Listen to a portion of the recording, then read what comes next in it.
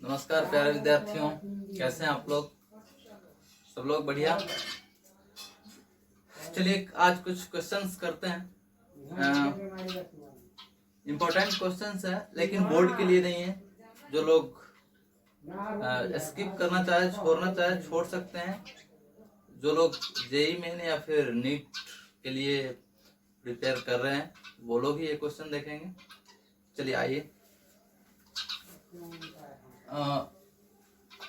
मान लीजिए ये दो चार्ज हम ऐसे, क्यू चार्ज है, ये भी क्यू है, इसका मास m है और इसका भी मास m है, और ये 45 डिग्री पर इक्विलिब्रियम में, ठीक है। इक्विलिब्रियम कहने का मतलब कि अगर चूंकि सेम चार्ज है तो ये रिपेल करेगा, तो रिपेल करके ये रुका हुआ है 45 डिग्री पे। क्लियर है? 45 डिग्री पे ये रुका हुआ है। अब हम क्या कर रहे हैं कि इसको ऐसे उठा रहे हैं, 53 डिग्री पर लेके जा रहे हैं और 53 डिग्री पे लेके हम छोड़ दे रहे हैं, ठीक है। छोड़ रहे हैं तो छोड़ रहे हैं तो ये क्या होगा, नीचे की तरफ आएगा, नीचे की तरफ भागेगा। इसका मतलब इसका एक्सेलरेशन नीचे की तरफ, मतलब टेंजेंशियल एक्सेलरेशन इस तरह से होगा ताकि ये इधर भागेगा इस तरफ, और फिर आके बाद में कुछ देर के बाद में फिर से इक्विलिब्रियम पोजीशन में आएगा। तो आपसे पूछ रहा है वही चार्ज क्यू एम मास से पूछ रहा है, फाइंड एक्सेलरेशन, ठीक है। इस टाइम में आपसे एक्सेलरेशन पूछा जाएगा। क्लियर है? तो आप सवाल लिखें और सॉल्यूशन देखिए कैसे करेंगे हम लोग। अपन लोग यहाँ पे देखते हैं ये 45 डिग्री पे है। आप लोग आंसर का फिगर अलग बनाएंगे। 45 डिग्री पे और इसका लेंथ L, ठीक है, लेंथ L। ध्यान से देखिए ये 45 डिग्री है तो ये L साइन 45 का वैल्यू 1/√2 यानी कि L/√2, और ये भी लेंथ कितना, L/√2। अब टोटल लेंथ कितना हो जाएगा, 2L/√2। टोटल लेंथ अगर R की बात करें तो 2L/√2, यानी ये √2 से कट जाएगा, यानी R का वैल्यू कितना आएगा, √2L, ठीक है। तो इस पे जो इलेक्ट्रोस्टैटिक फोर्स लगेगा इधर की तरफ जो F लगेगा वो कितना लगेगा, कि Q1 Q है, Q2 भी Q है, यानी K Q into Q, Q square by R square. इसका स्क्वायर करेंगे तो √2 का स्क्वायर 2 और L स्क्वायर यानी कि 2L स्क्वायर। क्लियर? और इधर नीचे की तरफ जो फोर्स लगेगा वो लगेगा mg, और इधर टेंशन। तो ध्यान से देखिए ये दोनों का रिजल्टेंट कुछ इस तरह से होगा, नेट फोर्स F, यानी कि यहाँ F और T क्या होगा, बराबर होगा, तभी तो इक्विलिब्रियम में है, तो F बराबर T है। अच्छा आप ध्यान से देखें तो ये एंगल 45 है, ये 90 है तो ये भी 45, और चूंकि ये 45 है तो ये भी 45, और ये 45 तो ये भी 45। क्लियर? और दो वेक्टर जो कि 90 डिग्री पे है, इसका रिजल्टेंट अगर 45 डिग्री पर आता है, इसका मतलब ये वेक्टर और ये वेक्टर दोनों क्या होते हैं, बराबर होते हैं। हम लोग पढ़ चुके हैं। अगर ये A है और ये भी A है तो दोनों का रिजल्टेंट कितने पे जाता है, 45 डिग्री पे जाता है। तो ध्यान से देखिए ये Fe और Mg का रिजल्टेंट कितने पे आया है सर, 45 डिग्री पे। इसका मतलब Fe और Mg दोनों क्या है, बराबर है, ठीक है। इसलिए दोनों क्या है, बराबर। तो यहाँ से हम क्या लिख सकते हैं, Fe और Mg बराबर हैं। तो क्या लिखेंगे, KQ square by 2L square बराबर Mg। क्लियर? चाहे तो और क्या लिख सकते हैं, KQ square by L square बराबर 2mg। ठीक है, अब उस वाले केस में आते हैं। देखिए ध्यान से, जब हम इसको छोड़ रहे हैं, ये तो L है, ये भी L है, और ये एंगल कितना है, 45 डिग्री, ये भी 45। अब सॉरी, इस टाइम छोड़ने के वक्त तो ये 53 डिग्री है, 53 डिग्री। तो ये वाला लेंथ L साइन 53, यानी कि L और साइन 53 का वैल्यू कितना 4/3, 4/5, और ये भी कितना L साइन 53, यानी कि L इंटू 4/5, यानी कि अब दोनों को जोड़ेंगे तो अब यहाँ पे R का जो वैल्यू आएगा वो कितना आएगा, यहाँ से आ जाएगा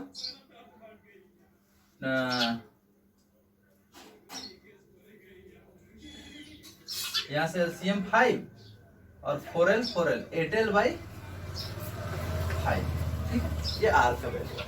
तो इधर जो अभी F ही लगेगा वो कितना होगा KQ² बाई R², तो R कितना 8L/5 का होल स्क्वायर, ठीक है, यानी कि 25 ऊपर हो जाएगा, 25 KQ² बाई 8 का स्क्वायर 64L², क्लियर। और इधर अब आपका क्या लग रहा है, इधर तो mg लग रहा है, ठीक है। अब ध्यान से देखिए, तो इसका जो एक्सेलरेशन होगा, ये इसका एक्सेलरेशन किस डायरेक्शन में होगा, इसका मतलब नेट फोर्स भी इसी डायरेक्शन में होगा। तो एक mg का कंपोनेंट इस पे कर लेते हैं और इसका कंपोनेंट इस पे कर लेते हैं। ध्यान से देखिए, ये 53 है तो ये कितना हो जाएगा 37 डिग्री। अब ये 37, तो ये 37, आप ध्यान से देखिए फिर से, ये टोटल कितना है, ये 90 है, ये 90 है, तो ये 37, तो ये कितना 53, ये 53, उस हिसाब से ये कितना 37, ठीक, ये 37, अब ये 37, ये 90, तो ये कितना, ये 53, ठीक है। कुछ ये हौच-पौच हो गया, फिर से देखिए, ये वैल्यू हम लोग यहाँ पे कैलकुलेशन देखिए, R का वैल्यू हम निकाल चुके हैं, आप लोग अलग फिगर बना लेंगे, मैं कर रहा हूँ। ये R और F का वैल्यू मैंने निकाला हुआ है। ये वाला जो बॉल है देखिए ध्यान से, ये 53 डिग्री, ये यहाँ से एक्सेलरेशन तो इसी डायरेक्शन में होगा, अब एक्सेलरेशन इस डायरेक्शन में होगा, यानी कि फोर्स भी इसी डायरेक्शन में होगा। अब ध्यान से देखिए, इधर क्या लग रहा है mg, और यार ये वाला एंगल आपका कितना है, ये 90 है, ये 53, तो ये 37, और इधर आपका लग रहा है Fe, जो कि है 25 KQ² बाई 64L², ठीक है। ये 37, तो ये ध्यान से देखिए, ये 37, चूंकि ये फिर से ये टोटल एंगल कितना है 90 डिग्री, तो ये कितना होगा 53, और ये कितना होगा 37।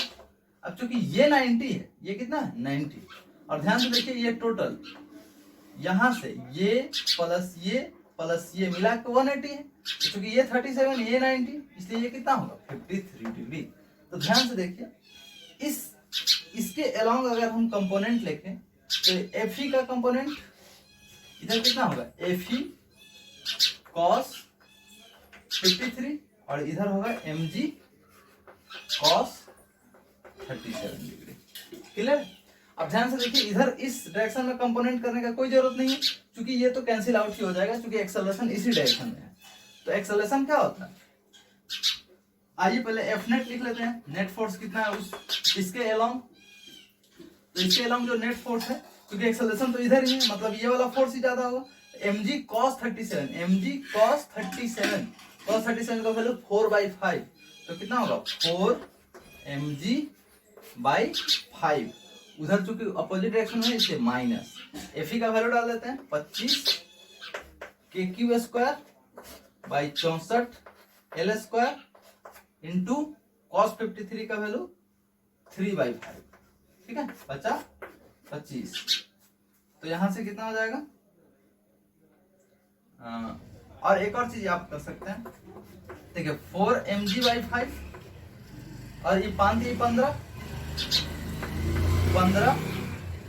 KQ² बाई L², ध्यान से देखिए, यहाँ पे हम लोग निकाले हैं KQ² बाई L² का वैल्यू है 2mg, तो KQ² बाई L² की जगह पे कितना रखेंगे 2mg, यहाँ पे आप 64 लिख लीजिए इंटू 2mg, ठीक है। अब ध्यान से देखिए, हाँ, अब हम लोग क्या कर लेंगे, अब यहाँ से एलसीएम ले ले अगर, तो 64 × 5, तो इधर 64 से गुना करेंगे, 64 और 4 का, तो हो जाएगा 256 mg माइनस 15 दूना 30, और इसमें गुना हो जाएगा 5 से, तो 30 बच्चे 150 mg इज इक्वल टू 256 में से 150 जाएगा, यानी कि 106 mg बाई 64 × 5, 64 × 5, 4 × 20, 2 और 6 × 30, 2 × 32, 320, ठीक है, 2 से कटाएंगे अगर, तो 53 एंड ये 160, तो एफ नेट बराबर तो m इंटू ए होता है, फोर्स बराबर मास इंटू एक्सेलरेशन, तो m इंटू ए बराबर 53 mg बाई 160, 53 mg, 53, यहाँ m से m कैंसिल हो गया, तो a बराबर कितना है 53 g by 160, this is the answer. बढ़िया क्वेश्चन, ठीक है, नोट कर लीजिए इसको, फिर आगे देखते हैं, स्क्रीन पॉज करके नोट कीजिए। अब एक और सवाल करते हैं। सवाल करने से पहले एक और चीज देखते हैं, लामीज थ्योरम, ठीक है, Lami's theorem.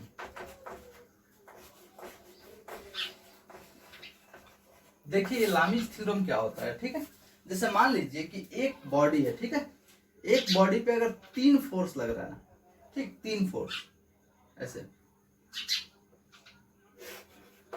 F1 F2 F3, ठीक है, 3 फोर्स लग रहा है। मान लीजिए F1 के सामने वाला एंगल अल्फा है, F2 के सामने वाला बीटा है, और F3 के सामने वाला गामा है, ठीक है, 3 फोर्स लग रहा है F1 F2 F3 एक ही बॉडी पे, और नेट फोर्स 0 है, यानी कि बॉडी इक्विलिब्रियम में है, ठीक है। तो हम लोग लामीज थ्योरम में अगर ऐसे रहे F1 plus F2 plus F3 is equal to 0, ठीक है, देन हम लोग क्या लिखते हैं, F1 बाई साइन F1 के सामने वाला एंगल कौन है alpha is equal to F2 by sine F2 के सामने वाला एंगल कौन है बीटा, F3 बाई F3 के सामने वाला एंगल गामा, यानी कि साइन गामा, क्लियर है। तो हम लोग क्या लिखेंगे कि अगर ये फिगर बनाकर हम लोग लिखेंगे कि अगर एक बॉडी पे 3 फोर्स लग रहा हो और बॉडी पे नेट फोर्स 0 हो, तब हम लोग लिख सकते हैं F1 by sine alpha, F2 by sign beta, F3 by sine gamma, जहां पे अल्फा F1 के सामने का एंगल है, बीटा F2 के सामने का एंगल है, और गामा F3 के सामने का एंगल, क्लियर है। तो इसे नोट कीजिए, फिर एक और सवाल करते हैं। आइए क्वेश्चन है, मान लीजिए कि एक वॉल है, दीवार, ठीक है, और एक यहां से L लेंथ नीचे एक Q चार्ज लगा दिए हैं, ठीक है, Q चार्ज यहाँ पे फिक्स कर दिए हैं, और क्या कर रहे हैं, एक स्ट्रिंग में L लेंथ का धागा है, उसमें Q चार्ज को लटका दे रहे हैं, ठीक, और M मास का। तो सोचिए ये Q इसको तो रिपेल करेगा, वो कहीं इधर आकर रुकेगा, ये थीटा एंगल पे, इसका मास M है और चार्ज Q है, क्लियर। तो इस स्ट्रिंग में टेंशन आएगा, वो टेंशन आपसे पूछा जा रहा है, ये ऐसे जाकर रुकेगा, तो वो आपको टेंशन निकालने के लिए बोल रहा है, ठीक है। आइए कैसे करेंगे देखते हैं, चलिए। तो अगर हम बात करें यहां से, ये